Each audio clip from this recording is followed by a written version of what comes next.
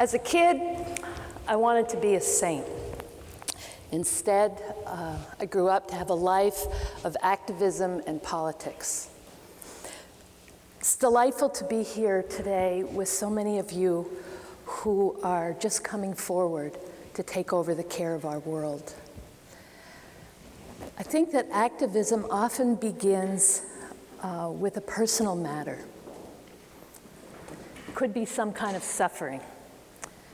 We take a look up close, we see it vividly, we feel it, we taste it, and then we offer what we can. I want to ask today, how effective is that work? What can we do with this one precious life? How do we form those intentions, and how does the arc of our actions rise to meet them? Is there a correlation between the inner and outer journeys? Socrates has said that an unexamined life is not worth living, so let's take a look. My work is with the homeless, and here in Vermont, that is a pretty tough proving ground. It's freezing cold. Each year we sleep outside on the banks of the river by the falls, and the ground is really hard, it's cold. People are very exposed. People who are homeless are at much greater risk to be robbed, to be beaten, to be raped. Many people don't make it every year. And, but it's not really the hunger and cold that is the tough part. As Mother Teresa said, the greatest suffering is to be unloved, uncared for, and unwanted. So the inner work is to see the pain of another person and to not look away. There was a woman, her name is Janie, and she was living outside for a number of years in an encampment down by Lake Champlain. And she asked if I would go with her. It was the dead of winter, January. She was about to give birth. She didn't want to give birth outside. And would I go with her to have a cesarean section? So I'm sitting in Janie's room, and there's these homeless men from the encampment. And pretty soon the nurse wheels her in, and she's just had the surgery, and she's sitting up. And she kind of gives us the best smile that she could. And then, unexpectedly, this woman comes into the room, and she's got a clipboard, and she doesn't look at Janie. And she stands at the bottom of the bed, and she reads a court order stating that the state of Vermont was taking custody of the little baby girl that Janie had not yet held. And of course, I was filled with rage. And, but I realized that my focus was not that woman. And the work was to stay and to offer whatever kindness or equanimity that I could. And it helps if you have some heroes. So I try to introduce you to some of mine. Oh, there's the shelter.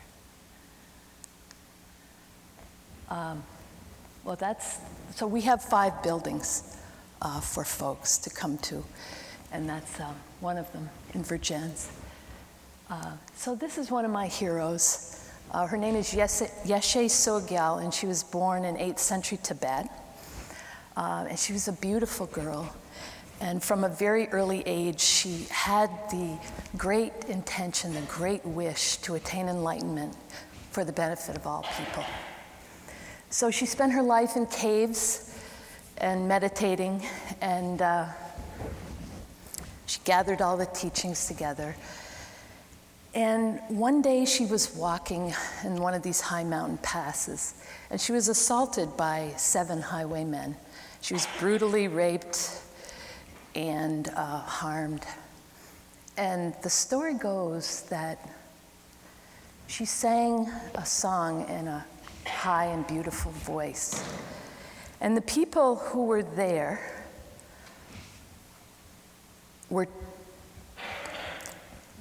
their whole life shifted. And they were liberated from the hell-like existence that they had. Now, this is a really provocative story for me. And I had a really hard time with it for a long time. And I kept being drawn back to the story because of this woman's pure intention and the power that she had, the blessings that she had, not for herself, but to benefit other people. This is a Dakini, and Yeshe Sogyal personifies the Dakini principle in Tibetan Buddhism. It's the idea of uncompromising honesty, unflinching. The idea of the Dakini is she has a vast sky-like mind, and it can hold everything. There is nothing there that's not included. She can be peaceful, she can be wrathful, but she never looks away. So, back to working with the homeless. The fastest growing population that we serve are folks oftentimes your age. They're mothers with children. And this is a story about a young woman who just gave birth. She's living outside in Bristol. And of course, as it always is in these stories, it's Christmas Eve. It's a really tough time for people. And she looks around and she sees that there's not that much food in the house. So she scrounges up about $1 and some change, and she walks about a half mile or mile into town and gets to the grocery store, right? So I don't know if you've ever been to these grocery stores around Christmas, but they're all here in Vermont. Everybody knows each other. They're all wheeling around the carts. They're all heaped up. And so this woman picks up a few little things. A baby's there, you know, he doesn't like being in the thing the whole time. And she gets up to the counter and she puts the stuff down and she starts to count out the money. And the guy behind the counter takes one look at this scene, takes a look at the line, and he leans over and he says, "We don't take pennies." Well, I was that woman 40 years ago, and I left the food on the counter, and I left the money and the pennies, and I ran out of the store. And I was walking back to the house, and about halfway home, the place that we were staying, I started to make a little plan. And I decided, number one, no one was going to treat me like that again. Number two, I was not going to treat another person like that. And number three, I was not going to rest until no one in the state of Vermont had to undergo the humility of feeling poor. So my intention was set. A few years later, I was working for Governor Madeline Kunin. She was an advocate for families with children. A few years after that, I was in the Vermont Senate. And a whole group of us were elected at the time, and we had a lot of similar intentions. Every day we would get up and we would just go into battle. And it wasn't just poverty. There was nothing we couldn't do. Gay marriage, no problem. Global warming, we had a plan. There was just, I would often just walk up those steps with tears in my eyes. I was so sure that now we have the power. We were really going to change the world. And every single day was a battle. Everything became, pretty soon, very shortly thereafter, the world became a prop for the work that I was going to do. Here I am promoting recycling. Here I am in front of a manure spreader, promoting organic gardening.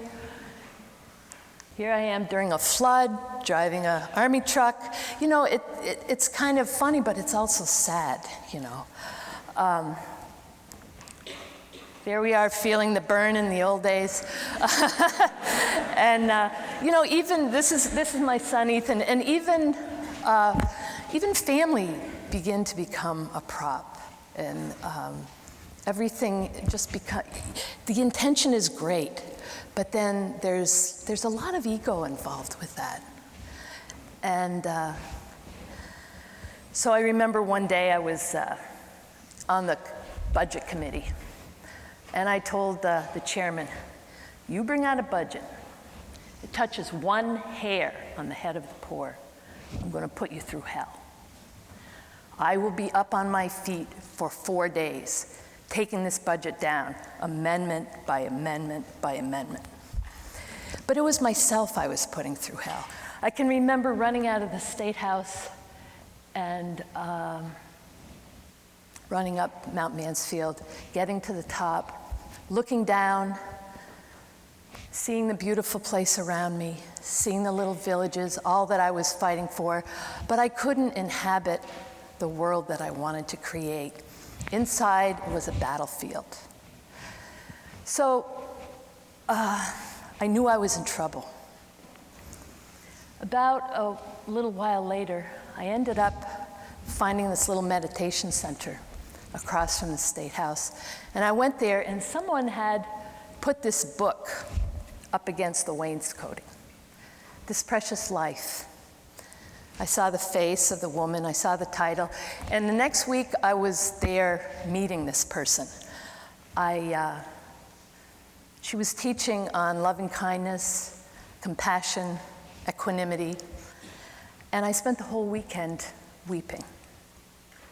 How had I gotten so far away from what I had intended to do with my life? So I took up meditation really seriously, and I would go between, soon thereafter I lost my election, I went to work at the shelter, but I didn't stop, I didn't miss a beat. I would go from meditating in the morning, then out to the shelter in the afternoon, buying houses, trying to build a staff, trying to bring people in, one person at a time, and then doing retreats on my vacations. Well, I was on a retreat with Khandra Rinpoche, and I get a call from the shelter. And there's a staff person on the line, and he's hysterical. A woman that we love very much, and that was in one of our houses, had died in a really horrible way.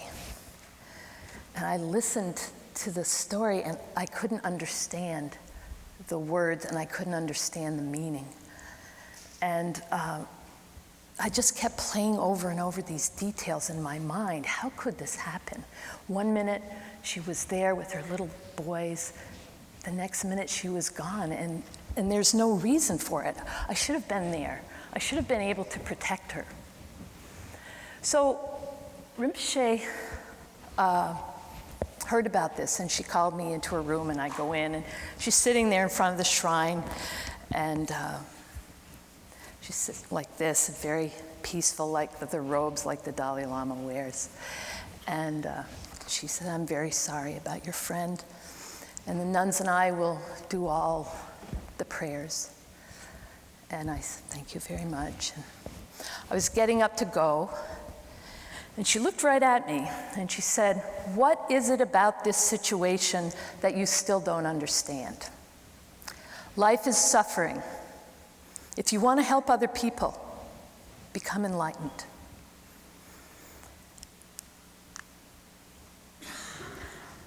It was as if someone had taken a hook knife and gently cut out all the ground I had to stand on. It was just like a chasm.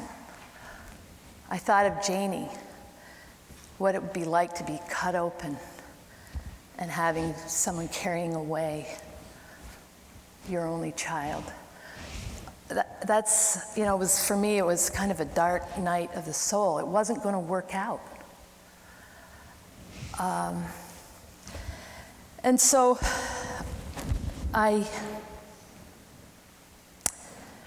have given this a lot of thought, and I wish I could say now that if I was to meet Janie or if I was to meet Yamela, I would have something else to offer besides a house and something to eat. But that wouldn't really necessarily be true. But I have met people who do have that vast mind and that do have that tender heart of kindness. And one of them is Zigor Kongtrul Rinpoche, who's a great Tibetan living meditation master. And he has said, when I was growing up, nobody told me I could be a doctor. Nobody told me I could be a lawyer.